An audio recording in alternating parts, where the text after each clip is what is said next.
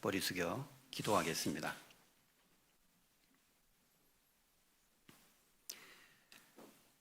은혜로우시고 자비로우시고 거룩하신 하늘에 계신 하나님 아버지,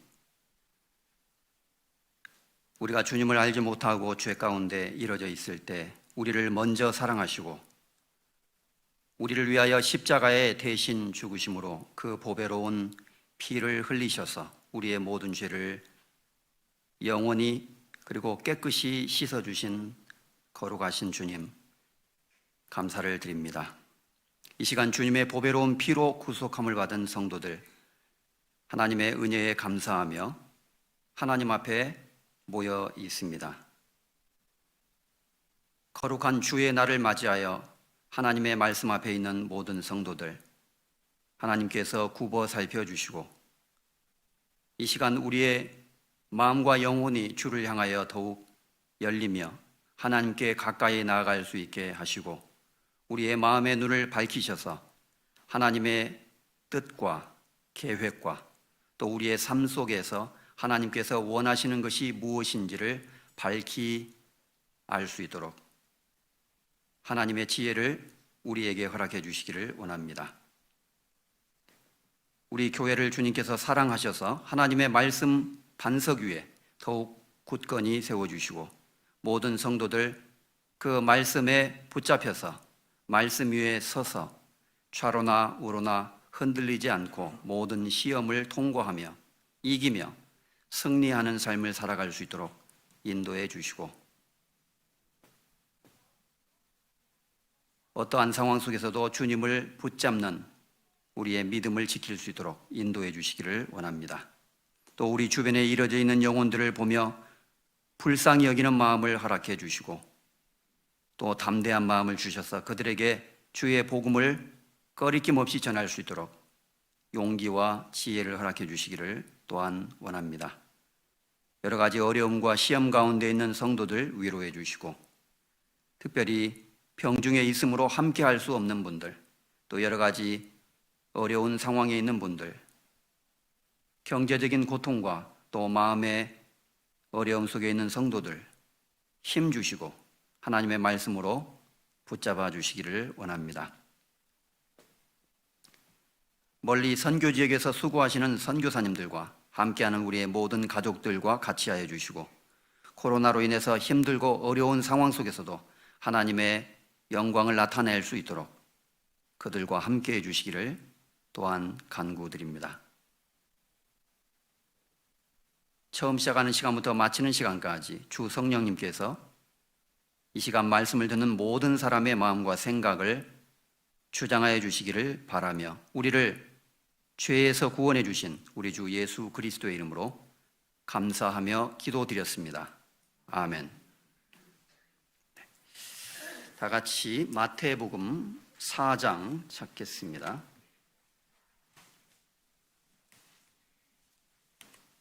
신약성경 4페이지 되겠습니다.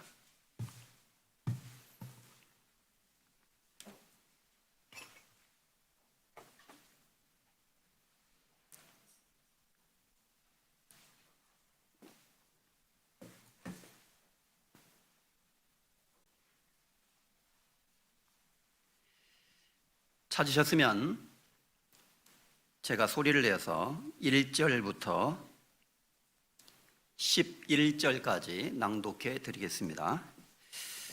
그때에 예수께서 성령에게 이끌려 마귀에게 시험을 받으러 광야로 가사 40일을 밤낮으로 금식하신 후에 줄이신지라.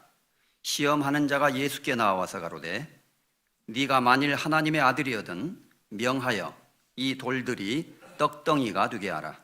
예수께서 대답하여 가라사대 기록되었으되 사람이 떡으로만 살 것이 아니요 하나님의 입으로 나오는 모든 말씀으로 살 것이라 하였느니라 하시니 이에 마귀가 예수를 거룩한 성으로 데려다가 성전 꼭대기에 세우고 가로되 네가 만일 하나님의 아들이거든 뛰어내리라. 기록하였으되 저가 너를 위하여 그 사자들을 명하시리니 저희가 손으로 너를 받들어 발이 돌에 부딪히지 않게 하리로다 하였느니라. 예수께서 이르시되 또 기록되었으되 주 너의 하나님을 시험치 말라 하였느니라 하신대 마귀가 또 그를 데리고 지극히 높은 산으로 가서 천하 만국과 그 영광을 보여 가로되 만일 내게 엎드려 경배하면 이 모든 것을 네게 주리라. 이에 예수께서 말씀하시되 사탄아 물러가라 기록되었으되 주 너의 하나님께 경배하고 다만 그를 섬기라 하였느니라. 이에 마귀는 예수를 떠나고 천사들이 나와서 수종드니라.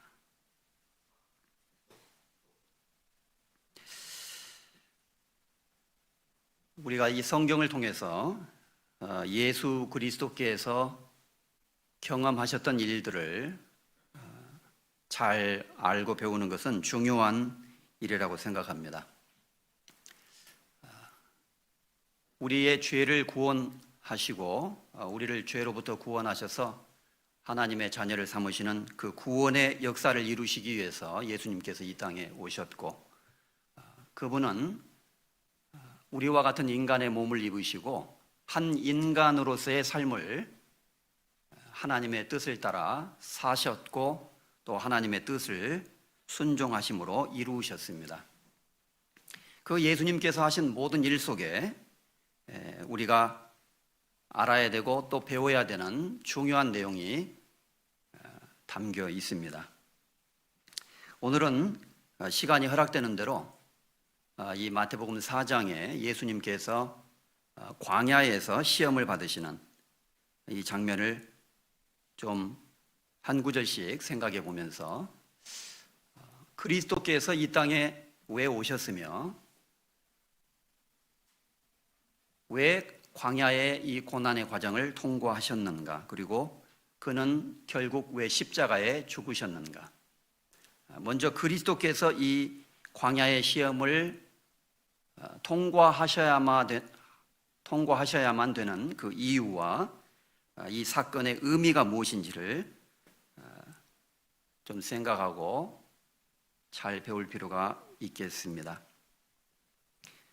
그리고 우리는 그리스도를 본받는 하나님의 자녀로서 우리가 분명히 성경에서 아는 것은 예수님의 생애 속에서 있었던 이 일은 예수님의 생애 속에서 있었던 일로만 끝나는 것이 아니라 이것은 하나님이 우리의 구원을 이루는 그 구원의 역사 속에서 가지는 의미가 있고 또 더 나아가서는 구원받은 성도들이 신앙생활 하는 데 있어서 교훈이 되고 또 하나의 본이 됨으로써 예수님과 같이 시험과 고난 속에 있는 성도들이 어떻게 마귀의 시험을 받아서 그것을 극복하고 이겨낼 수 있는가라는 것에 대한 해답을 이 말씀이 주고 있다고 할 수 있습니다. 예수님께서는 요한복음 17장의 3절 이하에서 영생은 곧 유일하신 참 하나님과 그의 보내신 자 예수 그리스도를 아는 것이니이다 라고 말씀하셨는데, 우리가 구원을 받는 데 있어서도 그리스도가 누구인지를 알고 그분이 왜 오셨으며 왜 십자가에 죽으셨고 부활하셨는가를 깨달음으로 구원을 받게 됩니다. 구원받은 이후에 우리의 신앙생활도 저를 아는 지식에서 자라가라, 베드로후서에 있는 말씀처럼 예수 그리스도를 아는 그 지식에서 신앙생활이 자라갈 수 있다고 말합니다. 그래서 우리는 예수님을 알므로 구원을 받고 그리고 구원받은 이후에 더욱 예수님을 알아감으로 또한 신앙생활에서 우리가 성장하게 되는 자라는 일이 있다고 성경은 우리에게 가르쳐주고 있습니다. 히브리서 3장 1절에는 우리의 믿는 도리의 사도이시며 대제사장이신 예수를 깊이 생각하라 라는 말씀이 있습니다. 예수를 깊이 생각하라. 이 성경 전체는 여러 가지 내용이 있지만 이 성경이 곧 내게 대하여 증거하는 것이로다. 물론 예수님이 말씀하신 그 성경은 구약 성경을 말하고 있었는데요, 구약과 신약 전체는 궁극적으로는 예수 그리스도에 대해서 증거하고 있는 말씀이라고 할 수 있습니다. 따라서 예수님이 누구이신가? 그분이 어떠한 삶을 사셨는가? 그것을 알므로 우리가 구원도 받을 수 있고 구원받은 이후에 올바른 신앙생활을 할 수 있는 하나의 표본을 얻을 수 있게 된다는 겁니다. 그래서 우리가 여호와를 알자, 힘써 여호와를 알자, 구약성경 호세아에서의 말씀처럼 하나님에 대해서 더욱 알고, 그리고 예수를 깊이 생각하라. 깊이. 그래서 성경은 확실히 이 묵상이 중요한 것 같아요. 이미 알고 있는 말씀도 또 읽고 또 읽고 또 읽다 보면은 그 속에서 하나님께서 우리에게 보여주시고자 하는 하나님의 깊은 뜻과 하나님의 그 의도를 우리가 다는 모르지만 조금씩 알아갈 수 있다고 생각합니다. 그래서 이미 우리가 잘 알고 있는 내용일 수 있겠지만 이 내용을 다시 한번 깊이 생각해 보면서, 첫째, 그리스도는 왜 하나님이시지만 또 마귀의 시험을 받으실 필요가 있었을까? 그리스도의 그 관점에서 이 시험이 가지는 목적과 의미, 그것을 먼저 아는 것이 필요하겠고요.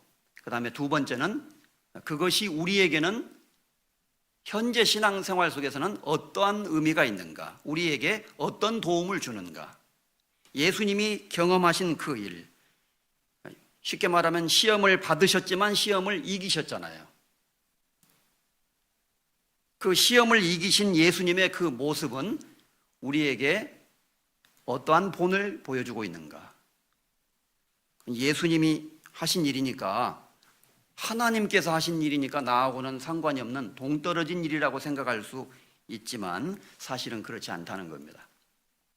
그것은 예수님께서 하나님으로서 시험을 받으신 것이 아니라 인간으로서 시험을 받으셨기 때문입니다.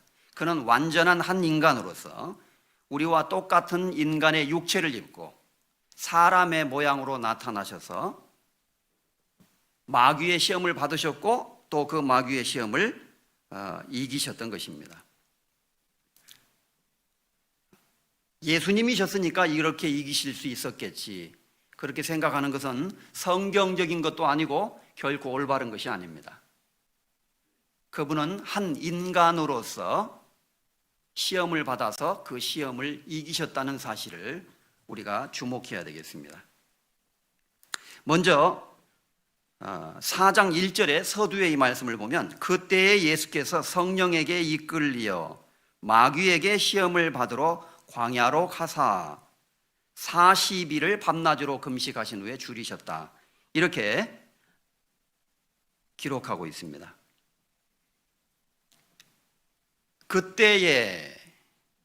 그때라는 표현이 들어가 있어요. 마가복음 1장 12절에 이하에 동일한 내용이 마가에 의해서 기록이 되어 있는데, 마가는 성령이 곧 예수를 광야로 몰아내신지라 이렇게 표현이 되어 있어요. 마태는 그때에 예수님이 광야에 가셨다, 이렇게 표현을 했습니다. 같은 내용입니다.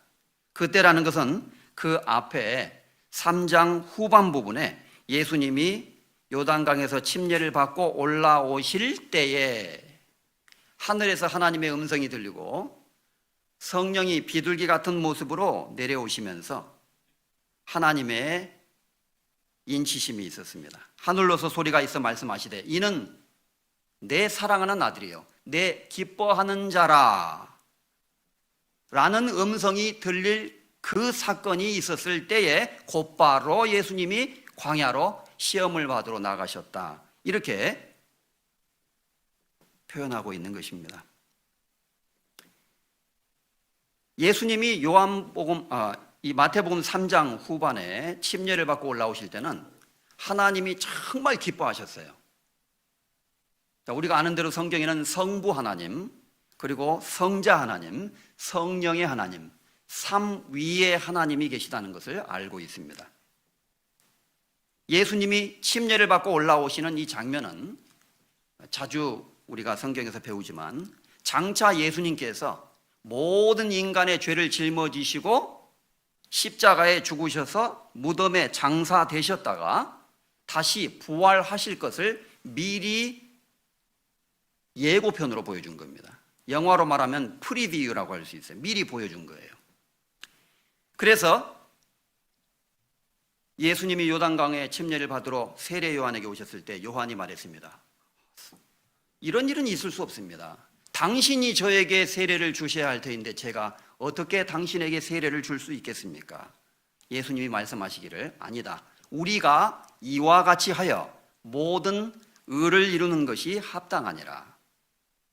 이와 같이 하여 예수님이 하나님이시지만 인간의 모습을 입고 이 땅에 오셔서 모든 사람의 죄를 짊어지시기로 작정하셨으므로 이와 같이 하여 예수님이 침례를 받으시는 것은 하나님의 모든 의, 하나님의 뜻을 이루는 데 있어서 가하고 합당한 일이었다는 겁니다. 예수님이 요단강에 들어갔다가 나오시는 것은 그분의 죽음과 장사, 물속에 들어가는 것은 죽음을 가리키죠. 올라오시는 것은 부활을 가리켰습니다. 그래서 예수님은 아니다. 요한 네가 나를 만류한다 할지라도 나는 침례를 받아야 되겠다. 왜냐하면 이것은 나의 생애 속에서 앞으로 내가 하나님의 뜻에, 성부 하나님의 뜻에 순종하고자 한다는 것을 보이는 중요한 의식이기 때문이다 라고 말씀하시면서 굳이 침례를 받으셨어요. 그래서 침례를 받고 요단강에 내려가셨다가 올라오실 때 성부 하나님이 그것을 보시고 너무 기뻐하셨거든요. 좋다. 이는 내 사랑하는 아들이요 내 기뻐하는 자라. 예수님의 그 마음, 하나님의 뜻에 굴복하고자 하는 순종의 의지, 그것을 침례를 받는 사건으로 표현하셨다는 겁니다. 성자 하나님이신 예수님께서는 성부 하나님을 향해서 또 성령의 하나님을 향해서 말하셨을 것입니다. 속으로 내가 아버지의 뜻을 행하러 왔나이다 이렇게 말씀하셨을 거예요. 그래서 나는 장차 모든 인류의 죄를 짊어지고 죽을 것입니다. 하나님의 뜻에 복종하여 십자가에 달릴 것입니다. 그리고 무덤 속에 내려갈 것입니다. 그리고 부활할 것입니다 라는 것을 보여주셨다는 겁니다. 그 예수님의 결연한 의지, 훗날 예수님은 누가복음 9장에 보면 예루살렘에 올라가시기로 굳게 결심하셨다라고 성경이 말씀하고 있죠. 그 굳은 결심은 이때부터 보여지기 시작했던 겁니다. 그것을 보시고 성부 하나님께서 너무 흡족해 하신 거예요. 이는 내 사랑하는 아들이요 내 기뻐하는 자라. 이렇게 하나님의 인치심이 있는 바로 그때 놀랍게도 이제 하나님이 기뻐하시는 하나님의 아들이신 예수 그리스도께서는 광야로 내몰리실 수밖에 없었다는 겁니다. 성령에게 이끌려 마귀에게 시험을 받으러 가셨다. 참 이상한 표현이죠. 마귀에게 시험을 받으러 가셨다. 시험을 한 주체는 마귀이지만 성령에게 이끌려라는 말씀이 먼저 나옵니다. 그 모든 것은 성령님의 인도하심 하에서 이루어진 일이라는 거예요. 성령께서, 하나님께서 허락하셨다는 겁니다. 예수님이 무능해서 힘이 약해서 마귀에게 질질 끌려서 멱살을 잡혀서 광야로 끌려가신 것이 아니라는 거예요. 마귀에게 이끌려 마귀에게 시험을 받으러 가셨다 이렇게 표현하지 않고 성령에게 이끌려 마귀에게 시험을 받으러 가셨다 이렇게 말씀하셨잖아요. 다른 복음서에는, 마가복음에는 성령이 예수를 광야로 몰아내신지라 이렇게 돼 있어요. 몰아내셨다. 영문 표현에는 드라이브라는 표현을 쓰고 있는데요, 차를 몰고 어느 목적지를 향해서 그 방향으로 나아가듯이 예수 그리스도께서 가셔야 될 길이 정해져 있었어요. 그분은 고난의 십자가의 길, 죽음의 길, 고통의 길, 희생과 수고의 길을 가셔야만 됐다는 겁니다. 그 길로 성령께서는 드라이브를 하셨어요. 예수 그리스도를 몰아내신지라 그분을 인도하셨다는 것을 말합니다. 그리고 40일을 밤낮으로 금식하신 후에 줄이신지라. 여러분은 광야를 경험해 보신 적이 있습니까? 혹시 성지순례를 미리 다녀오신 분들은 유대 광야를 통과해 보신 적이 있을 거예요. 광야는 우리가 상상하는 곳과는 다른 곳입니다. 그곳은 메마르고 건조한 곳, 물이 없는 곳, 그리고 돌과 자갈이 있는 곳, 낮에는 엄청난 열기로 뜨거워서 죽을 정도의 환경이고, 밤에는 너무 기온이 급강하여서 얼어 죽을 만큼 추운 기온이 반복되고 있습니다. 거기에는 맹수의 위험도 있습니다. 정말 쓸쓸한 거예요. 저는 잠깐 몇 번의 경험을 통해서 실제로 광야라는 것을 목격을 한 적이 있죠. 예수님이 이 광야에서 시험을 받으셨구나, 이스라엘 민족이 이와 같은 광야를 통과했구나 라는 것을 직접 광야를 보면서 상상해 보는 것은 훨씬 더 생동감을 가져다 줍니다. 그 차갑고 뜨겁고 메마르고 무서운 광야로 예수님은 이끌려 나가셨습니다. 그분은 하나님으로서 광야에 지금 있는 것이 아니라 한 완전한 인간의 모습을 입고 인간의 모습으로, 인간으로서 광야에 있다는 사실을 기억해야 됩니다. 그는 근본 하나님의 본체이시지만 하나님과 동등됨을 취할 것으로 여기지 아니하셨습니다. 자기를 낮추셨습니다. 자기를 비어 종의 형체를 가지셨습니다. 사람들과 같이 되셨고 사람의 모양으로 나타나셨으며 자기를 낮추시고 죽기까지 복종하셨으니 곧 십자가에 죽으십니다. 예수님은 하나님의 그 위치를 잠깐 비어서 마치 옷을 벗듯이, 임금이 옷을 벗고 평민의 옷을 입고 백성들에게 내려가듯이 하나님이라는 거룩한 그 옷을 잠깐 벗으시고 인간의 육체라는 옷을, 남루한 인간의 육체의 옷을, 그 육체라는 옷을 입으신 거예요. 그리고 종의 형체, 인간의 형체를 입으시고 세상에 내려오셨던 겁니다. 40일 동안 굶주리셨던 거예요. 이것은 아마 인간이 육체를 가지고 견뎌낼 수 있는 최고의 한계치인 것 같습니다. 음식을 제어한 상태에서 어떻게 예수님이 광야를 이겨내실 수 있었을까요? 아마 광야에서 자그마한 그 이슬을 맞으면 그 보슬보슬 내리는 그 이슬 있잖아요. 그것으로 아마 예수님은 잠깐 혀만 축이셨을까? 그분은 음식은 드시지 못했습니다. 극도의 고통과 극도의 고난이 있는 거예요. 왜 이렇게 하셔야 될까? 예수님은 꼭 그 과정을 통과하셨어야만 될까? 물론입니다. 이 과정은 꼭 필요했기 때문에 예수님의 생애 속에서 있었던 것입니다. 이것을 통해서 하나님이 우리에게 보여주시고자 하는 것이 분명히 있는 겁니다. 우리가 이 시험의 내용을 읽어보면 예수님은 세 가지 면에서 시험을 받으셨다는 것을 알 수 있습니다.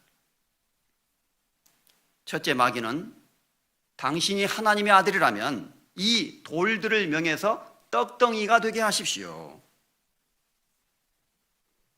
두 번째, 당신이 만약에 하나님의 아들이라면 성전 꼭대기에서 뛰어내리십시오. 하나님이 지켜줄 거 아닙니까? 또 마지막 시험은 마귀가 예수님을 데리고 지극히 높은 곳으로 올라가서 천하만국의 영광을 보여주면서 당신이 만약에 내게 엎드려 절한다면 내가 이 모든 영광을 당신에게 주겠소, 이렇게 제의를 하게 됩니다.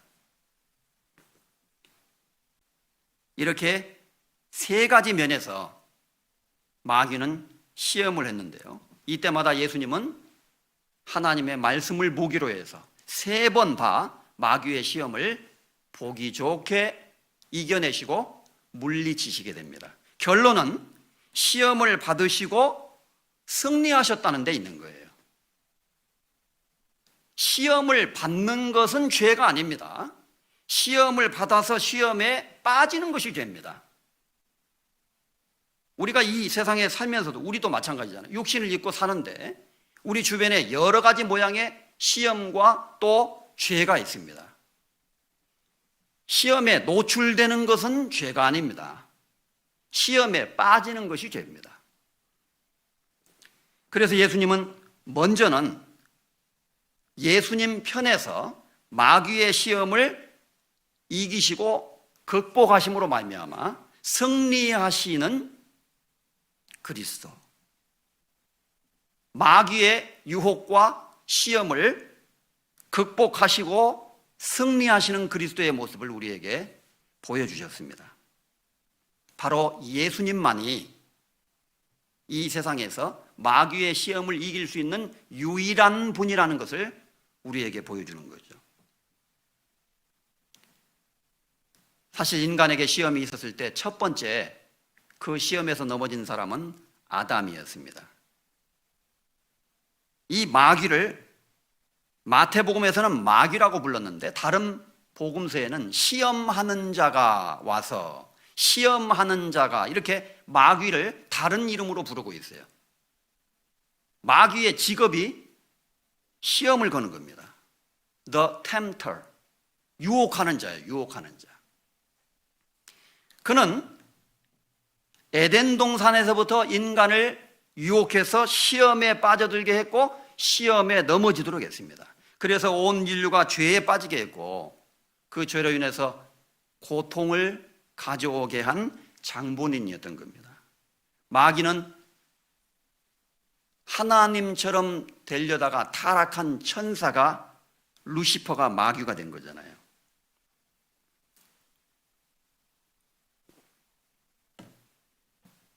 그리고 그를 추종한 졸개 천사들, 그들은 결국 지옥에 가게 될 것입니다. 예수님께서 마귀와 그 사자들을 위하여 예비된 영영한 불에 들어가라. 마귀는 그 사탄, 이 귀신들의 두목을 말하는 겁니다. 루시퍼. 그리고 그 사자들, 마귀의 천사들, 영문 번역에는 천사들이라고 번역이 되어 있어요. 마귀와 함께한 졸개 천사들, 하나님처럼 되려고 하다가 쫓겨나게 되었죠. 그 쫓겨난 천사가 마귀가 된 거예요. 그 마귀가 에덴 동산에 와 있었습니다. 그리고 그가 하와를 먼저 넘어뜨리고 그 다음에 아담을 넘어뜨렸죠. 처음부터 인간을 시험하는 일을 했던 것을 알 수 있습니다. 그 아담이 실패하도록, 넘어지도록 역사했던 그 장본인인 마귀가 이제 다시 한번 예수님에게 나타난 겁니다. 그래서 예수님을 넘어뜨리려고 하는 거예요. 성경에 보면 예수님을 아담이라고 부르고 있는 말씀이 있다는 것을 알 수 있어요. 고린도전서 잠깐 찾아보겠습니다.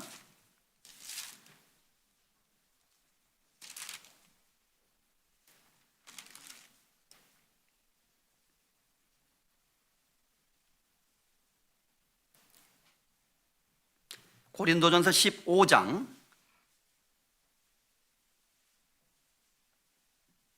45절,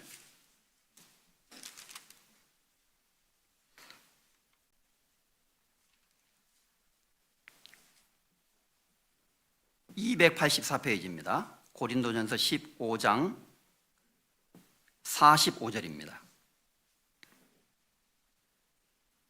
제가 읽겠습니다. 기록된 바 첫사람 아담은 산 영이 되었다 함과 같이 마지막 아담은 살려주는 영이 되었나니.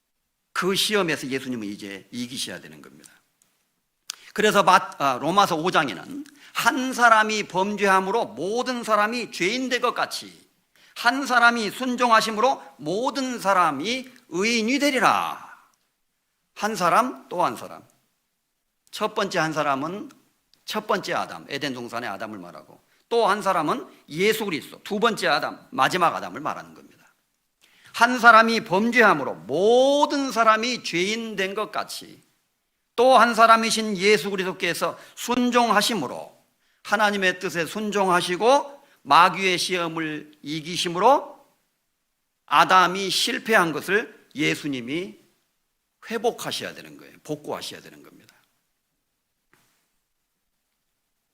그래서 마귀는 사실 시간이 흘렀지만 전술은 거의 비슷합니다.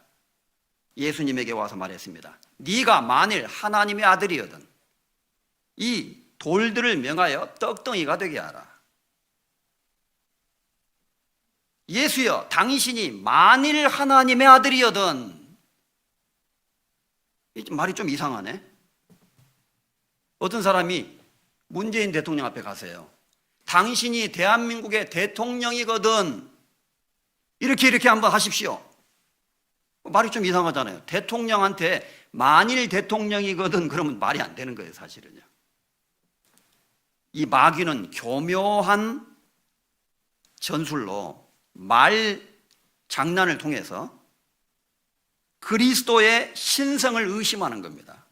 아니, 당신이 하나님의 아들이라는데 하나님의 아들이라면서 왜 이렇게 굶주리고 있어?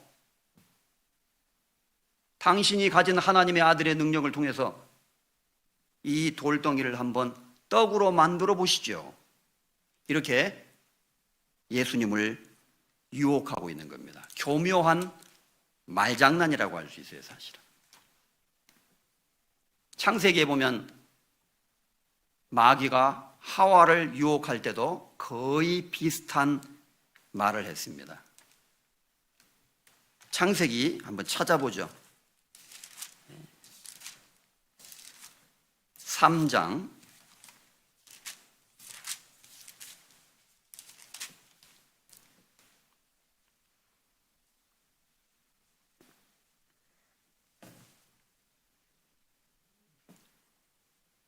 1절입니다. 여호와 하나님이 지으신 들짐승 중에 뱀이 가장 간교하더라. 뱀이 여자에게 물어 가로되 하나님이 참으로 너희더러 동산 모든 나무의 실과를 먹지 말라 하시더냐. 여자가 뱀에게 말하되 동산 나무의 실과를 우리가 먹을 수 있으나 동산 중앙에 있는 나무의 실과는 하나님의 말씀에 너희는 먹지도 말고 만지지도 말라. 너희가 죽을까 하노라 하셨느니라. 뱀이 여자에게 이르되 너희가 결코 죽지 아니하리라. 자, 이 창세기의 내용은 마귀가 하와에게 와서 그녀를 먼저 시험하는 내용을 비교적 상세하게 우리에게 묘사를 해주고 있습니다. 아담을 넘어뜨리기 전에 여자를 먼저 넘어뜨렸어요. 이 뱀은 마귀인데 아주 간교하죠. 어떻게 하면은 쉽게 사람을 넘어뜨릴 수 있는가를 잘 알고 있는 것 같습니다. 인정을 먼저 사용한 거예요. 그래서 아담에게 가서 먼저 시험을 걸면 아담이 넘어가겠어요? 무엇이 어쩌고째? 지금 네가 나를 감히 나를 유혹하려고? 하나님이 나에게 말씀하셨어. 이 동산에 있는 모든 것을 나에게 주시고 나에게 다스리는 권한을 주셨다고. 나는 이 에덴 동산의 왕이야. 너 따위 뱀 따위에게 내가 굴복할 줄 아니?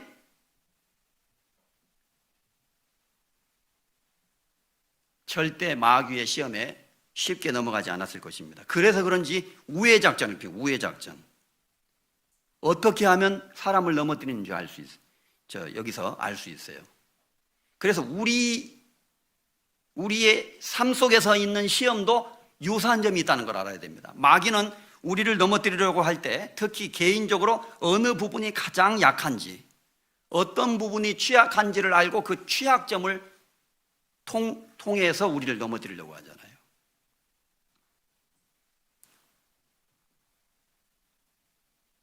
뱀이 가장 간교하더라. 아주 간교한 겁니다.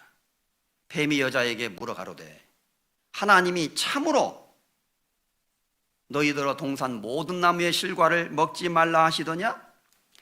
그 다음 구절은 일단 나중에 생각하더라도 첫 번째 말이 좀 이상하잖아요. 하나님이 참으로 그렇게 말씀했냐?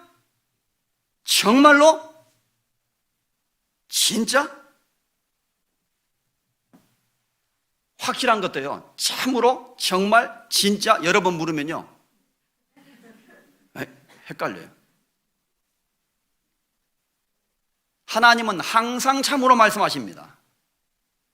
하나님이 정말로 그랬냐? 그 말 자체가 하나님에 대한 반역이에요. 그게 하나님이 거짓말을 하실 수도 있는 분인 것처럼 가능성을 살짝 집어넣은 거잖아요. 헷갈려 버린 거예요. 여기서 그 다음에 너희더러 여자여 당신 남편과 당신에게 하나님이 동산 모든 나무의 실과를 먹지 말라고 정말로 말했습니까? 그럼 하와가 어떻게 말해야 되겠어요? 나는 잘 모릅니다. 내 남편에게 가서 물어보시오. 그렇게 말하면 끝나는 거예요. 거기서 죄송한 얘기지만 여기서 하와가 건방지게 탁 나선 거예요. 여자가 뱀에게 말하되 아닙니다. 동산 모든 나무의 실과를 우리가 임으로 먹을 수 있으나 동산 중앙에 있는 그 실과 선악과는 하나님의 말씀하시기를 먹지도 말고 만지지도 말라라고 하셨습니다. 거짓말도 잘하네. 하나님이 언제 만지지 말라고 그랬어요? 하나님은 먹지만 말라고 그랬습니다. 이건 뭘 말하냐면은 말씀을 잘 모르고 있는 거예요. 그 하나님의 법, 하나님의 언약을 어설프게 알고 있었다는 겁니다. 왜냐하면 우리가 성경을 보면 아담이 먼저 창조되고 그 다음에 여자가 창조됐잖아요. 성경에도 하나님이 아담을 먼저 창조하시고 그 나중에 여자를 창조하셨다 이렇게 말씀하고 있습니다. 창조의 순서에 있어서 아담과 하와는 달랐다는 것을 말하고 있어요. 그 다음에 여자를 위해서 남자를 짓지 않고 남자를 위해서 여자를 지으셨다 이렇게 말씀했어요. 창조의 목적에 있어서 남자와 여자는 달랐다는 것을 말씀하셨습니다. 이것은 여자는 남자보다 하등적인 존재라든지 아니면 더 낮은 클래스의 그런 존재라는 것을 말하는 것이 아니라 남자와 여자의 위치가 하나님이 창조하실 때부터 달랐다는 것을 보여주는 거예요. 아담과 하와의 가정의 대표는 아담입니다. 그러니까 하와는 우리 바깥 양반한테 가서 물어보시오 그렇게 말하면 끝나는 거예요. 그런데 말을 맞받아쳤잖아요. 하나님이 말씀하시기를 동산에 있는 모든 나무의 실과는 우리가 먹을 수 있는데 선악과는 먹지도 말고 만지지도 말라고 말했습니다. 만지지도 말라는 말을 덧붙여버린 거예요. 원래 하나님이 아담에게 선악과를 먹지 말라는 말씀을 먼저 하셨어요. 하와를 창조하시기 전에 성경을 읽어보면 그 다음에 아담의 갈빗대로 하와를 만들었습니다. 그러니까 우리가 유추해 볼 수 있는 것은 선악과를 먹지 말라는 말씀은 아마 하와는 남편을 통해서 들었을 거예요. 여보, 저 선악과라는 것은 당신이 내 갈빗대에서 나오기 전에 하나님이 나에게 누누이 말씀하신 거야. 동산에 있는 모든 것은 하나님이 우리에게 선물로 주셨지만 선악과만 먹지 말라고 하셨어. 그것은 선악과를 통해서 하나님이 우리의 마음을 받으시길 원하시는 거야.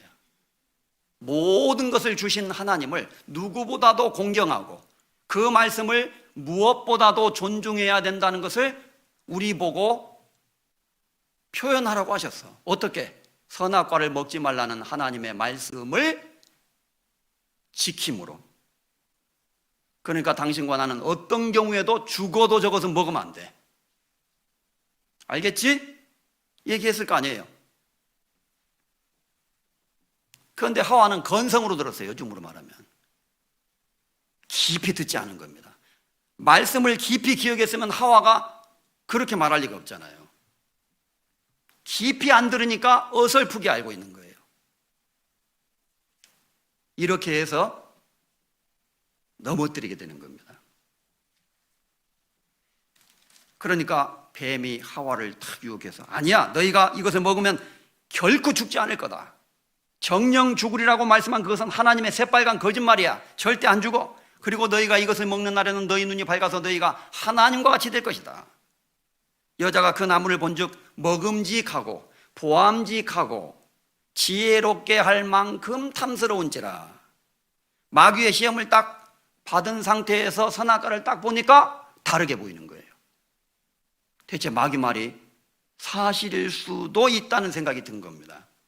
너무 먹음직스럽고 너무 보암직스럽고 그것을 먹으면 지혜롭게 할 만큼 탐스러운지라. 여기서 지혜롭다는 말은 단순히 내가 IQ가 좀 높아질 것 같다 그런 의미에서 지혜가 아닙니다. 마귀가 말했잖아요. 너희가 그것을 먹는 날에는 하나님과 같이 되어 하나님의 피조물인 인간에게 하나님과 같이 되도록 충동을 부추긴 거예요. 이게 잘못된 겁니다.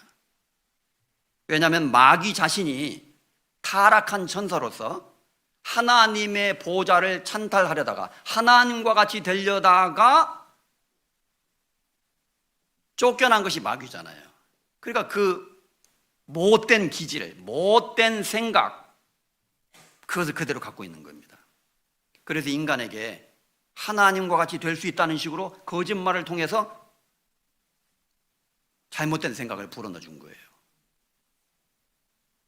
여자가 선악과를 딱 보니까 먹음직하고 보암직하고 지혜롭게 할 만큼 탐스럽게 보이는지라. 요한 1서 신약성경 2장 15절 389페이지입니다.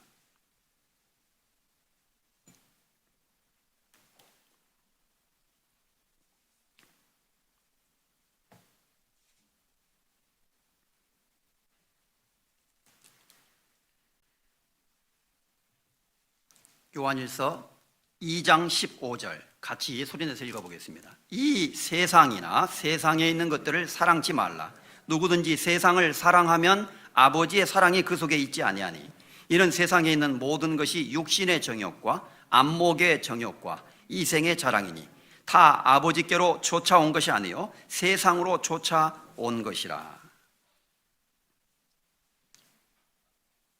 우리가 그의 괴계를 알지 못하는 바가 아니로다. 사탄의 괴계가 있습니다. 사탄의 그 전법, 디바이스, 전술이 있다는 거예요. 그래서 어느 운동팀이 있으면요, 그 팀에서 자주 사용하는 전술이 있어요. 어떤 군대가 있으면 그 군대도 자주 사용하는 전술이 있습니다. 그처럼 사탄이 사용하는 전술이 있는데 사탄은 항상 이 세 가지를 통해서 육신의 정욕과 안목의 정욕과 이생의 자랑을 통해서 인간을 넘어뜨리려고 한다는 겁니다. 에덴 동산에서 하와를 유혹할 때 그 선악과를 딱 보니까 먹음직하고 육신의 정욕을 말해요. 보암직하고 안목의 정욕을 말합니다. 지혜롭게 할 만큼 탐스러운지라. 이생의 자랑, 자기의 위치보다도 더 높아지고자 하는 허영심, 그걸 딱 불어넣어 준 거예요. 그 세 가지를 통해서 유혹을 했다고 할 수 있죠. 하와가 거기서 탁 넘어지게 되잖아요. 그리고 자기가 선악과를 다 먹고 자기 남편에게도 주매 그도 먹으니라. 결국 인간은 마귀의 시험에게 지고 넘어지게 된 겁니다. 똑같은 시험을 가지고 마귀는 예수님에게도 와서 시험을 한 거예요. 당신이 하나님의 아들이라면 이 돌덩어리를 변해서 떡덩이가 되게 하십시오. 육신의 정욕, 예수님의 그 배고픔, 육체의 그 욕구를 자극한 겁니다. 이렇게 생각하시면 안 돼요. 저는 옛날 처음에 성경 배울 때 예수님은 하나님이시니까 광야에서 굶주리셔도 뭐 우주인들이 우주에 가면은 알약 같은 거 한 번 먹으면 한 달도 견딘다고 하던데, 그럼 예수님은 40일 전에 드셨던 그 빵으로 아마 시장길을 그대로 느끼지 않고 유지할 수 있는 어떤 비결을 가지고 계셨겠지. 속에서 어떤 화학작용이 일어나게 해가지고 40일 동안 배가 부르도록. 그것은 절대 아니라는 겁니다. 40일을 금식하며 줄이신지라. 예수님은 아주 극도의 시장길을 겪고 있었던 거예요. 그분은 우리와 똑같은 육체를 가지신 분이라는 것을 기억해야 됩니다.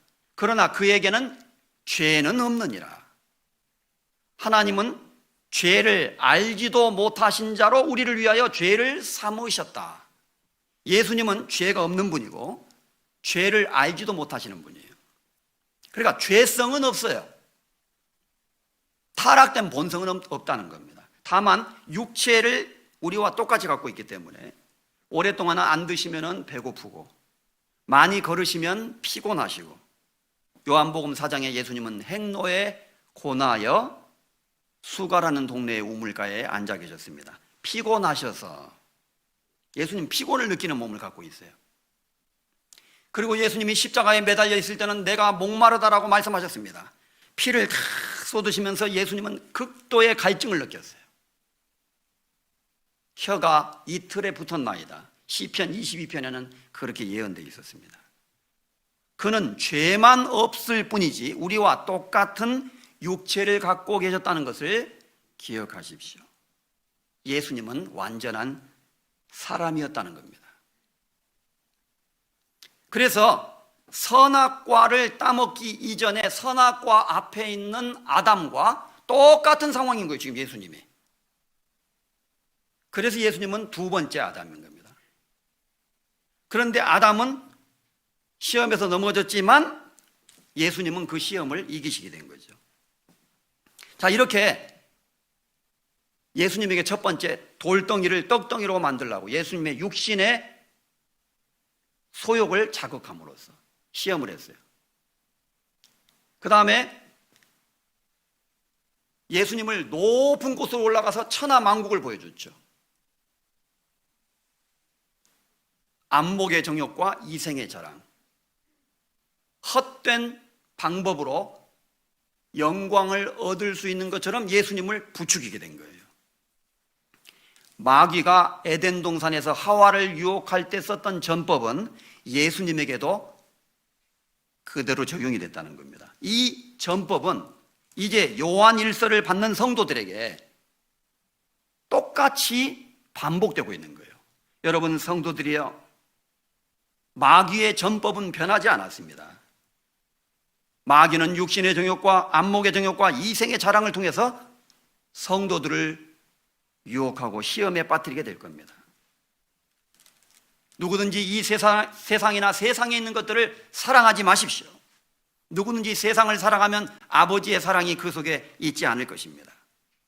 왜냐하면 세상에 있는 모든 것은 육신의 정욕과 안목의 정욕과 이생의 자랑이니 이 모든 것은 다 세상으로 쫓아온 것이고 하나님께로 쫓아온 것이 아니기 때문입니다. 이 세상도 정욕도 지나가되 하나님의 뜻을 행하는 이는 영원히 거하게 될 것입니다. 이렇게 사도 요한은 이 요한 일서의 수신자들에게 말하고 있는 겁니다. 에덴 동산에서 하와를 넘어뜨리려고 했던 전법, 광야에서 예수님을 넘어뜨리려고 했던 마귀의 그 전법, 그것은 요한 일서를 받고 있는 성도들에게도 동일하게 나타날 것이다. 전법을 미리 알자. 백전백이면 지피지기면 백전백승이라. 갑자기 제가 문자를 쓰려고 하다니까 헷갈려 버렸어요. 지피지기면 백전백승이다. 적을 알고 나를 알면 100번 싸워서 100번 이긴다. 그래서 운동선수들도 이 경기를 하기 전에 상대편의 전법을 잘 연구해 가지고 나가면은 훨씬 약한 팀이 엄청나게 강한 팀을 꼼짝 못하게 제압하는 경우도 있는 거예요. 마귀도 전법이 있습니다. 그래서 요한일서 이 말씀이 있기 전에 14절 그 앞에 이 말씀이 있죠. 아이들아, 내가 너희에게 쓴 것은 너희가 아버지를 알았으며, 아비들아, 내가 너희에게 쓴 것은 너희가 태초부터 계신 일을 알았으며, 청년들아, 내가 너희에게 쓴 것은 너희가 강하고 하나님의 말씀이 너희 속에 거하시고 너희가 흉악한 자를 이기었습니다.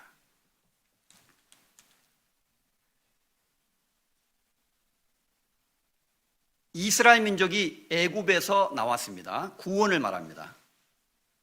그들 앞에 홍해가 있었습니다. 홍해를 통과했습니다. 고린도전서 10장에는 침례를 말한다고 되어 있습니다. 홍해는. 그 다음에 가나안 땅으로 바로 들어가지 못했습니다. 광야가 있었습니다. 패턴이 있는 거예요. 패턴이. 성경을 보면 애굽에서 구원은 축복입니다. 홍해를 통과한 것은 그리스도인의 침례를 말합니다. 하나님의 축복입니다. 구별입니다. 세상에서 구별된 겁니다. 우리는 애굽에서. 그런데 곧바로 가나안 땅으로 들어가지 못하고 광야를 통과해야만 했습니다. 예수님은 요단강에서 올라오셨습니다. 하늘에서 하나님의 음성이 들렸습니다. 이 하나님의 축복입니다. 그런데 하나님의 축복을 받자마자 예수님의 생애 앞에는 40일 동안 극심한 고통이 있었습니다. 고난이 있잖아요. 똑같은 패턴이 반복됩니다.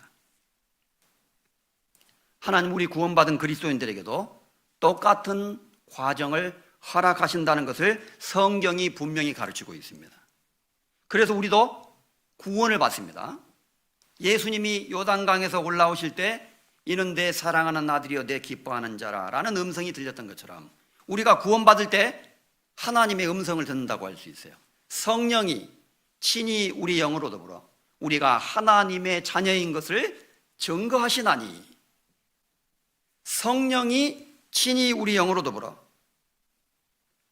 내 속에 있는 영혼 속에서 내가 하나님의 자녀가 됐다는 것을 증거해 주신다는 겁니다. 사랑하는 자들아, 우리가 하나님의 자녀라. 장래에 어떻게 될 것은 아직 나타나지 아니하였으나 그가 나타나심이 되면 우리가 그와 같을 줄을 아는 것은, 구원받은 그리스도인들은 사랑하는 하나님의 자녀다, 이렇게 말하고 있습니다. 보라, 하나님께서, 아버지께서 어떠한 사랑을 우리에게 주사 하나님의 자녀라 일컬음을 얻게 하셨는고 우리가 그러하도다. 요단강에서 올라오시는 예수님에게 이는 내 사랑하는 아들이요 내 기뻐하는 자라 라고 말씀하셨듯이 우리가 구원받을 때 하나님이 우리의 영혼 속에 하나님의 자녀가 되었다는 확신을 주신다 그 말이에요. 그런데 하나님의 자녀가 됐는데, 하나님의 그 축복을 받았는데 그 다음에 내 앞에 벌어진 일은 이스라엘 백성에게 홍해 다음에 40년 광야가 있었듯이, 예수님이 요단강 다음에 40일 광야 생활이 있었듯이 우리 구원받은 그리스도인들에게도 광야의 생활이 주어지게 된다는 겁니다. 똑같은 패턴이죠. 똑같은 패턴. 그래서 우리가 너무나 잘 알고 있듯이 우리가 하나님의 나라에 들어가려면 많은 환난을 겪어야 할 것이니라. 구원받은 그리스도인에게도 환난과 고난의 과정, 또 죄의 유혹의 과정, 시험의 과정이 기다리고 있다는 사실을 우리가 기억할 필요가 있습니다. 그래서 어떤 사람은 구원받았는데 구원받기 전에는 아무 일 없었는데 구원받자마자 만사불통되는 경우도 있어요. 그러면 의심이 옵니다. 내가 구원받은 것이 잘못된 건가? 내가 정말 구원받았을까? 내가 정말 하나님의 아들이라면 왜 이런 일이 벌어지지? 왜 나에게 이렇게 힘들고 어려운 일이 주어지지? 하나님을 의심하게 되는 상황이 벌어질 수 있다는 거예요. 그러나 걱정하지 마십시오. 하나님의 아들에게도, 구원받은 성도들에게도 광야의 기간은 반드시 주어지게 된다는 것입니다. 우리는 이 광야를 통과해야 됩니다. 지금 그 광야를 통과하는 중에 있습니다. 주님 앞에 가는 그 날까지가 우리가 걸어가고 있는 광야입니다. 이때 그 마귀의 시험을 받을 수는 있지만 이겨내야 된다. 그래서 요한일서의 이 말씀은 마귀는 육신의 정욕과 안목의 정욕과 이생의 자랑을 통해서 우리를 유혹하게 될 거다. 그러나 구원받은 그리스도인들은 하나님의 말씀을 의지해서 청년들아 너희가 강하고 하나님의 말씀이 너희 속에 거하시고 너희가 흉악한 자를 이기었습니다. 흉악한 자, 마귀를 말하잖아요. 하나님의 말씀이 너희 속에 거하고 흉악한 자를 이기었습니다. 지금 이 코로나가 계속되는 것도 큰 관점에서 보면 새로운 종류의 시험입니다. 하나님이 우리 교회에게 시험을 허락하시는 거라고 할 수 있어요. 우리 개인적인 관점에서 볼 때도 시험입니다. 이 시험을 잘 통과해야 돼요, 우리가. 여러 종류의 어려움은 그 어려움이 어떤 종류라 할지라도 분명히 시험에 해당하는 것은 틀림이 없습니다. 안타까운 것은 이 시험 받을 때 요즘에 이 코로나로 인해서 어떤 사람은 마음이 약해져서 신앙의 동기와 의욕이 상실되는 경우도 있고 또 게을러져서 습관이 나빠져서 신앙생활을 하고자 하는 의욕이 없는 경우도 있고 한 번, 두 번, 여러 번 교회당에 출석하지 않다 보니까 말씀을 게을리하게 되고 말씀 듣는 것도 중요하지만 읽어야 돼요. 말씀을 내가 직접 읽는 것과 듣기만 하는 것은 분명히 차이가 있습니다. 읽어야 됩니다. 이스라엘 백성이 매일매일 만나를 주우러 갔듯이 만나는 밖에 떨어지잖아요. 내가 주우러 나가야 돼요. 아침마다 하나님이 풍성한 식탁을 우리에게 준비해 주신다고요. 우리는 바구니를 들고 하나님의 그 말씀을 주우러 나가야 된다는 겁니다. 그 말씀을 경솔히하고 말씀을 듣지 않고 세상의 육신적인 정욕, 안목의 정욕, 이생의 자랑의 마음의 살을 앞에서 우리도 자칫 잘못하면 시험에 넘어지게 된다는 거예요. 하와가 왜 넘어졌어요? 하와의 마음속에는 말씀이 없었습니다. 아담이 말해준 그 하나님의 언약을 정확히 기억하고 있었다면 하와가 넘어지지 않을 거예요.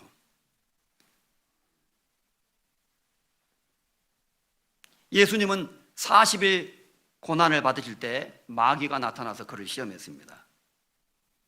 당신이 만약에 하나님의 아들이어든 이 돌덩이를 변하여 떡덩이가 되게 하십시오.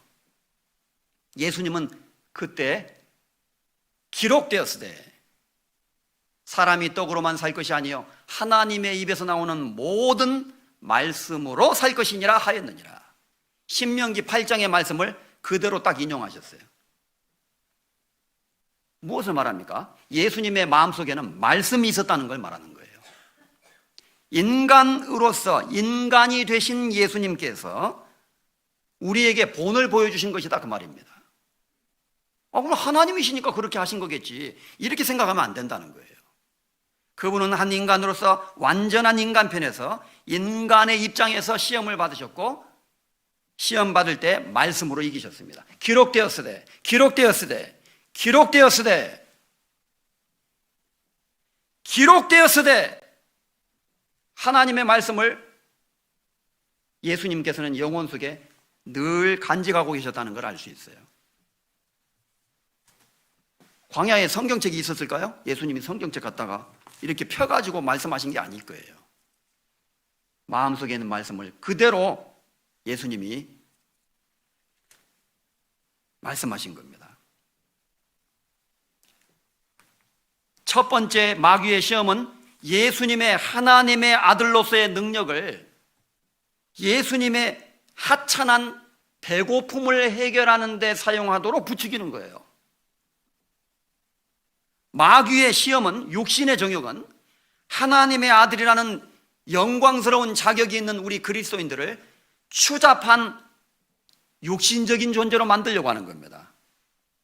그래서 우리의 그 영광과 우리의 능력을 하찮은 육신의 욕구를 해결하도록, 그리고 그것을 쫓아가도록, 그것에 더 관심을 주도록, 하나님의 말씀보다는 육신의 요구가 더 우선시 되도록 그렇게 생각하게 만들려고 하는 거예요, 마귀가.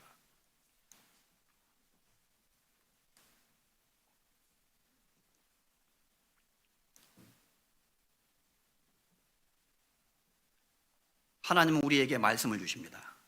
그 말씀이 우리 속에 거할 때 이 말씀이 너희 속에 거하고 너희가 흉악한 자를 이기었습니다. 그래서 우리가 이 코로나 시대에 정말 우리의 신앙을 지키고 그리스도인으로서 올바로 살아가려면 하나님의 말씀이 우리 속에 거해야 됩니다. 거한다는 것은 자리 잡고 있는 상태를 말하잖아요. 말씀을 가까이 하고 사모하고 읽고 암송하고 또 듣고, 뭐 이미 잘하는 내용이죠. 그것을 게을리하지 마십시다. 그래서 우리는 더 열심히 이제 모여야 돼요. 이제 모일 수 있는 환경도 허락됐습니다. 집에서 인터넷으로 듣는 것에 너무 익숙해서 교회당에 나오는 것을 게을리하면 안 되겠습니다. 더 말씀을 열심히 가까이 하고 사모하고, 그것이 우리가 하나님의 자녀라는 증거일 거예요. 마태복음 다시 돌아가 보겠습니다.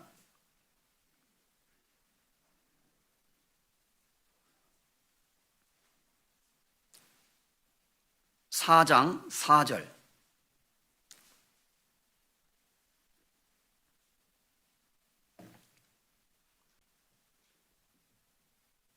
예수께서 대답하여 가라사대 기록되었으되 사람이 떡으로만 살 것이 아니요 하나님의 입으로 나오는 모든 말씀으로 살 것이라 하였느니라. 이 말씀은 신명기 8장의 말씀을 인용하고 있었습니다. 극도의 고통 속에 있었을 때, 예수님이 40일 동안 굶주리고 극도의 어려움 속에 있었을 때 예수님은 이 말씀을 생각하셨어요.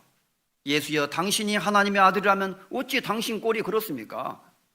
왜 굶주리고 있어? 당신의 그 능력을 가지고 이 돌덩이를 짠 하고 떡덩이로 만들어서 배고픔을 해결하면 될 것이 아닙니까? 이렇게 유혹을 했다는 거예요. 우리가 당하는 고통 중에 하나가 경제적인 고통, 자기의 삶이 어려워지게 될 때 그때 유혹이 올 수 있습니다. 잘 이겨내야 돼요. 그리스도인에게는 이겨낼 수 있는 힘이 있습니다. 8장, 신명기 8장 보죠. 이 말씀이 원래 기록된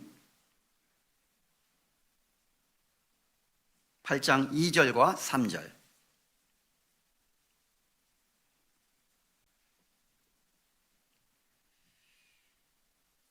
(274페이지입니다) 내 하나님 여호와께서 이 40년 동안에 너로 광야의 길을 걷게 하신 것을 기억하라. 이는 너를 낮추시며 너를 시험하사 네 마음이 어떠한지 그 명령을 지키는지 아니 지키는지 알려 하심이라. 3절은 같이 읽겠습니다. 너를 낮추시며 너를 줄이게 하시며 또 너도 알지 못하며 내 열조도 알지 못하던 만나를 내게 먹이신 것은 사람이 떡으로만 사는 것이 아니요 여호와의 입에서 나오는 모든 말씀으로 사는 줄을 너로 알게 하려 하심이니라. 40년 광야의 생활 후에 하나님께서는 이스라엘 민족에게 회고의 시간을 주셨습니다. 이스라엘 백성이여, 지난 40년 동안 그대들이 걸어왔던 광야의 길을 기억해보라. 내 하나님 여호와께서 40년 동안 너를 광야의 길을 걷게 하셨는데 그동안 있었던 일을 잘 기억해봐라. 너희들 참 그동안 고생도 많이 했다. 힘들었지? 그 어려움을 하나님이 왜 주셨겠느냐? 애굽에 10가지 재앙을 내리신 능력의 하나님, 홍해를 갈라서 통과하게 하신 하나님이 능력이 부족해서 너희를 바로 가나안 땅으로 못 들여 가셨겠느냐? 그렇지 않다 그 말이에요. 하나님이 이스라엘 백성에게 광야를 주신 것은 이는 너를 낮추시며 너를 시험하사 네 마음이 어떠한지 그 명령을 지키는지 아니 지키는지 알려 하심이라. 그래서 이 코로나 때 진짜 그리스도인과 가짜 그리스도인이 드러날 수 있어요. 진짜 내가 믿음을 가진 사람인지 아닌지, 정말 하나님을 의지하고 신뢰하고 살아가는 사람인지 아닌지, 그리고 또 이 광야와 같은 삶의 고난, 육체의 고난, 고난을 받을 때 시험의 기간이라는 것을 잊지 맙시다. 하나님은 의도를 갖고 계셔요. 네 마음이 어떠한지를 내가 알고 싶구나. 네가 내 명령을 정말 지키기를 원하는지 그렇지 않는지를 내가 좀 알고 싶다. 하나님이 아브라함에게 독자 이삭을 바치라고 명령했습니다. 독자 이삭을 아낌없이 하나님께 드리는 그 아브라함을 보고 하나님이 흡족해 하셨어요. 이제야 네가 나를 참으로 사랑하는 줄을 알았다, 이렇게 하나님 말씀하셨죠. 그럼 그전에는 모르셨어요?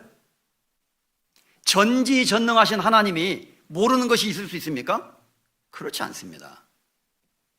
네가 나를 얼마나 사랑하는지 나도 예전엔 정말 몰랐다. 그런데 이제는 내가 조금 알겠구나. 그 뜻이 아니라는 거예요. 하나님은 모든 것을 아시지만 그 마음을, 아브라함이 하나님께 대해서 경외하는 마음을 갖고 있는 것을 표현하기를 원하셨어요. 어떤 상황 속에서도 하나님의 명령을 순종하는 것을 보기를 원하셨다는 겁니다. 네가 나를 참으로 사랑한다는 것을 내가 이제야 알겠다. 이제야.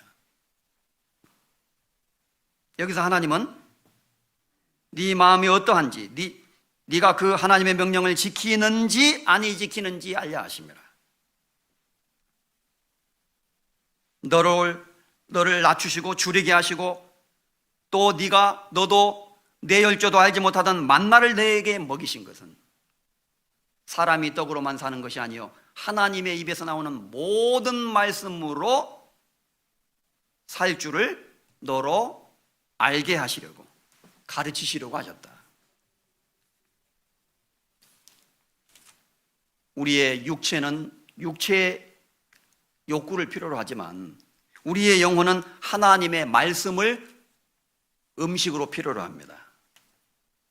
그래서 예레미야는 내가 주의 말씀을 얻어먹었사오니, 하나님의 말씀을 먹었다고 표현했어요.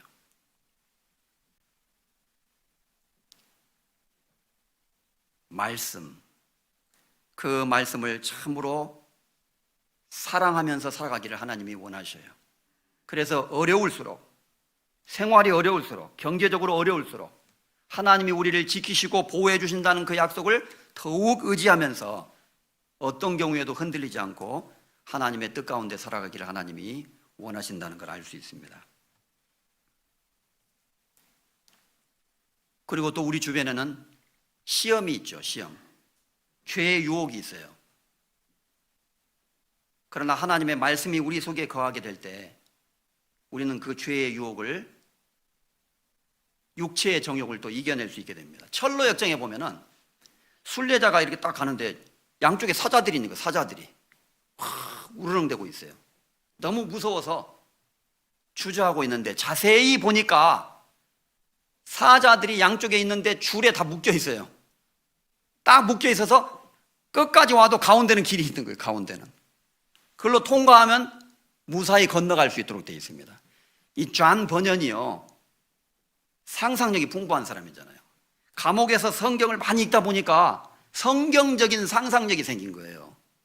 이 사자는 마귀를 가리킵니다. 유혹을 가리키는 거예요. 마귀의 유혹이 있지만 하나님의 말씀을 의지하고 살아가는 그리스도인에게는 그 유혹은 묶여있는 사자에 불과하다는 거예요. 유혹이 있지만 유혹을 이겨낼 수 있게 된다는 겁니다. 말씀이 없는 사람은 사자에게 잘못하면 죽는 거예요.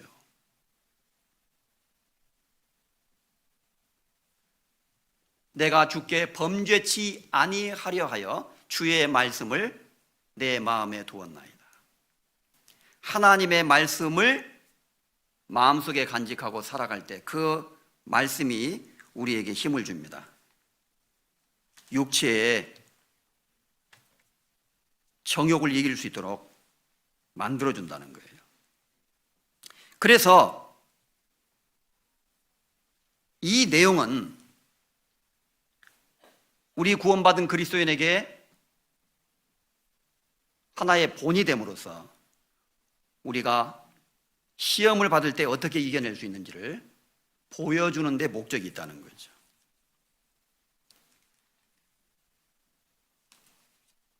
다음 시간에 세 번째 시험에 대해서 좀 더 공부하도록 하고요. 히브리서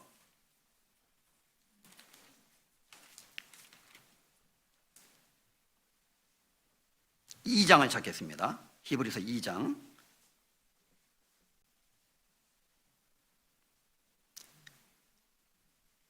한 구절 더 보겠습니다.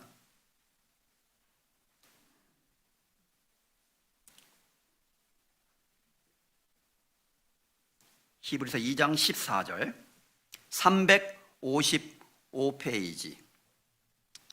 자녀들은 혈육에 함께 속하였음에 그도 또한 한 모양으로 혈육에 함께 속하심은 사망으로 말미암아 사망의 세력을 잡은 자 곧 마귀를 없이 하시며 또 죽기를 무서워함으로 일생에 매여 종로로 다는 모든 자들을 놓아주려 하심이니 이는 실로 천사들을 붙들어 주려 하심이 아니요 오직 아브라함의 자손을 붙들어 주려 하심이라. 저가 범사의 형제들과 같이 되심이 마땅하도다. 18절 같이 읽겠습니다. 자기가 시험을 받아 고난을 당하셨은즉 시험 받는 자들을 능히 도우시느니라.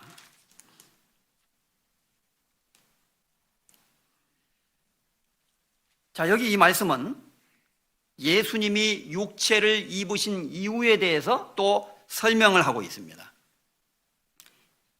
이미 우리가 공부한 대로 예수님이 육체를 입으시고 완전한 인간으로서 마귀의 시험을 받았을 때 그 마귀의 시험을 이기심으로 그분은 시험을 이기시는 승리하시는 분이라는 것을 보여주는 것이고, 첫 번째 아담에 의해서 실패한 것을 예수님이 승리하심으로 회복하신다는 의미가 있습니다. 먼저 예수님 편에서 그분이 하나님의 아들이라는 것을 증명한다는 의미가 있는 거예요. 그리고 두 번째는 또한 그것은 우리 성도들을 예수님께서 도우신다는 것을 설명하고 있다는 겁니다. 그래서 18절에는 자기가 시험을 받아 고난을 당하셨은즉 시험 받는 자들을 능히 도우시느니라. 예수님이 시험을 받아서 고난을 당해 보셨고 그 시험을 이겨보신 경험이 있으시므로 또 다른 시험 받는 자들을 능히 도우실 수 있다는 뜻이다. 결론을 이렇게 내리고 있죠. 예수님이 육체를 입으신 것은 바로 그와 같은 중요한 목적이 있었던 거예요. 그래서 14절에는 이것을 말씀하시기 전에 먼저 자녀들은 혈육에 함께 속하였음에 그도 또한 한 모양으로 혈육에 함께 속하심은 사망으로 말미암아 사망의 세력을 잡은 자 곧 마귀를 없이 하시며. 첫 번째, 마귀를 없이 하시려고 혈육에 함께 속하셨다, 이렇게 말합니다. 여기서 마귀를 없앤다는 말은 마귀의 존재를 없앤다는 뜻이 아니라 마귀를 무력화시켰다는 걸 말하는 거예요. 지금 마귀가 있잖아요. 그런데 이 성경은 마귀를 없이 하시기 위해서 예수님이 인간의 육체를 입으셨다고 그랬어요. 요한일서 3장 8절에는 하나님의 아들이 나타나신 것은 마귀의 일을 멸하려 하심이라. 같은 내용이에요. 사탄의 역사, 사탄의 그 정권을 파괴시키는 일을 하시러 오셨다는 겁니다. 어떻게? 사망으로 말미암아 사망의 세력을 잡은 자 마귀를 없이 하시며. 이게 뭔 말이에요? 마귀가 사망으로 말미암아 사망의 세력을 잡고 있다는 말입니까? 잘 읽어야 돼요. 앞에 사망은 예수님의 사망을 말하는 거예요. 사망으로 말미암아, 예수님의 십자가의 죽음으로 말미암아, 자신이 죽음으로 말미암아 사망의 세력을 잡은 자 곧 마귀를 없이 하시며. 첫째는 예수님이 인간의 육체를 입고 이 땅에 오셔서 죽으셔야 됐어요. 사망으로 말미암아 자신의 죽음을 통해서 사망의 세력을 잡은 마귀를 없이 하시는 일을 하셨다는 겁니다. 골로새서에서는 십자가로 승리하셨느니라. 이것은 예수님께서 십자가에 죽고 부활하심으로 말미암아 우리의 죄를 용서하시는, 죄를 합법적으로 사하시는, 그래서 한 사람으로 말미암아 모든 사람이 죄인 된 것을 이제 또 한 사람이신 예수님으로 말미암아 모든 사람을 의롭게 하시는 구원의 역사를 이루시는 것을 말합니다. 그러기 위해서는 예수님이 사망을 통과하셔야 돼요. 죽으셔야 돼요. 그래서 예수님은 육체를 입으셔야 되는 겁니다. 자녀들은 혈육에 함께 속하였음에 그도 또한 함께 혈육에 속하심은 한 모양으로 예수님도 인간의 혈육, 혈과 육을 가진 육체를 입으신 것은 사망으로 말미암아 예수님의 죽음으로 말미암아 사망의 세력을 잡은 자 곧 마귀를 없이 하시기 위해서, 사탄의 세력을 무력화시키기 위해서 그렇게 하신 것이다. 두 번째 목적은 예수님이 육체를 입으신 상태에서 완전한 인간으로서 시험을 받으셨고 시험을 이기신 것처럼 우리 구원받은 성도들이 육체를 입고 이 세상을 살아가는 동안 어려움과 고난과 고통과 시험을 통과하게 될 때 그 시험을 잘 이겨낼 수 있도록 하나의 본을 보여주신 것이다. 지금 그걸 말하고 있잖아요. 그래서 18절에 자기가 시험을 받아 고난을 당하셨은즉 시험 받는 자들을 능히 도우시느니라. 예수님 스스로가 인간의 육체를 입고 시험을 받아보셨고 또 시험을 받아서 그것을 이겨내신 것처럼 우리 구원받은 그리스도인들을 하나님이 지켜주신다는 거예요. 그래서 16절에는 이는 실로 천사들을 붙들어 주려 하심이 아니요 오직 아브라함의 자손을 붙들어 주려 하심이라. 아브라함의 자손, 우리를 말하잖아요. 예수님 우리에게 말합니다. 성도들이여, 나도 여러분과 같이 똑같은 인간의 육체를 입고 이 세상에 살 때가 있었노라. 나도 너희들과 같은 똑같은 인간으로서 똑같은 육체를 입고 너희들이 당하는 고난과 어려움과 고통을 다 경험해 본 적이 있었다. 그러나 나는 하나님의 말씀을 의지해서 그 모든 시험을 이겨낸 적이 있었다. 그것을 예수님이 말씀하고 있다는 거예요. 우리는 이 말씀을 통해서 주님께서 이루신 일이 무엇인 것을 분명히 알 수 있습니다. 한 구절 더 읽겠습니다. 히브리서 5장 8절에서 9절. 히브리서 5장 8절 9절입니다. 같이 읽겠습니다. 그가 아들이시라도 받으신 고난으로 순종함을 배워서 온전하게 되었은즉 자기를 순종하는 모든 자에게 영원한 구원의 근원이 되시고, 그분은 아들이시지만 받으신 고난으로 순종함을 배우셨다. 이처럼 자기를 순종하는 모든 자에게, 우리를 말하잖아요. 우리 예수님이 한 인간으로서 인간편에서 인간의 입장에서 성부 하나님의 뜻에 순종하셨듯이 우리도 또한 인간으로서 육체의 소욕이 있고 유혹이 있고 시험이 있지만 어떻게 하나님의 말씀에 순종하고 복종하고 시험을 이겨낼 수 있는가를 배우도록 본을 가르쳐 주셨다는 거예요. 우리는 이 예수님을 깊이 생각하면서 예수님이 얼마나 힘드셨을까?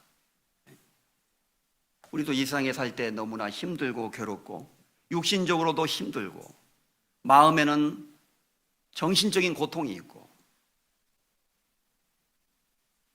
사도 바울처럼 마음에 사형 선고를 받는 것처럼 죽음의 고통이 느껴지고 외롭고 쓸쓸하고 너무나 아프고 힘들 때에도 주님을 생각해 볼 수 있다는 거예요.